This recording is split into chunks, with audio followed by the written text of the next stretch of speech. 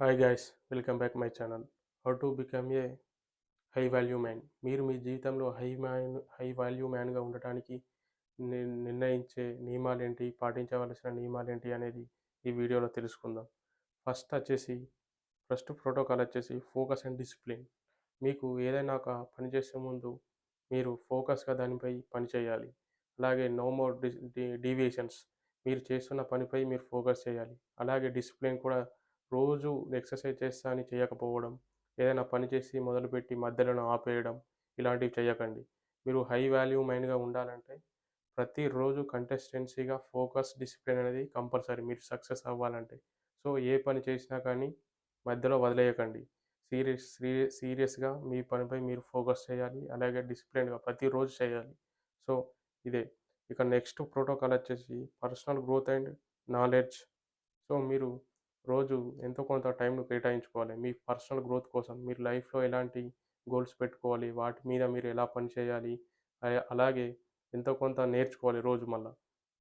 Books కానీ, new skills, ఒక video editing కానీ, ఇలాంటివి ఎన్నో కూడా నేర్చుకోవాలి. సో ఇలా నేర్చుకోవడం వల్ల మీకు రోజు ఎంతో కొంత మీ లైఫ్లో నేర్చుకున్న వాళ్ళు అవుతారు. కాబట్టి మీరు లర్న్ న్యూ స్కిల్స్.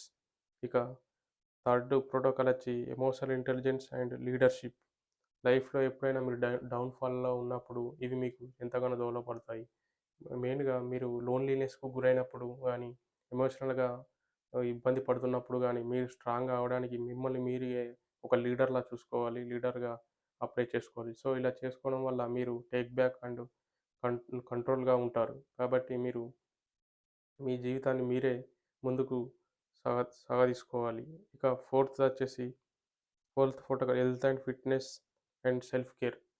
సో మీరు ఇవన్నీ చేసినా కానీ మీ హెల్త్‌పై మీరు ఫోకస్ చేయాలి. ముఖ్యంగా ఎవ్రీడే ఎక్సర్సైజ్ మినిమమ్ 30 మినిట్స్ చేయాలి. మీ హెల్త్ బాగుంటేనే ఈ ఆరోగ్యం బాగుంటుంది. కాబట్టి మీరు లైఫ్‌లో వచ్చిన అనేక రకాల సమస్యలను ఎదుర్కోవడానికి మీరు ఫిజికల్‌గా గానీ, మెంటల్‌గా గానీ స్ట్రాంగ్‌గా ఉండాలంటే ఖచ్చితంగా ఈ సెల్ఫ్ కేర్ ఖచ్చితంగా ఉండాలి, ఎక్సర్సైజ్ అనేది.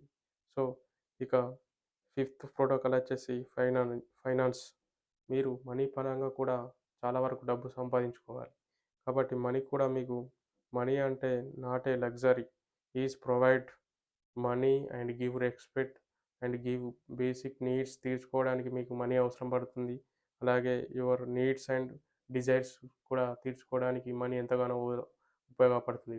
మీరు మనీని ఎప్పుడూ నెగ్లెక్ట్ చేయకండి. మనీని ఎలాగా ఉపయోగించి ఎలా డబ్బు సంపాదించాలనేది మీరు నేర్చుకోవాలి. సో మనీని వేస్ట్ చేయకండి.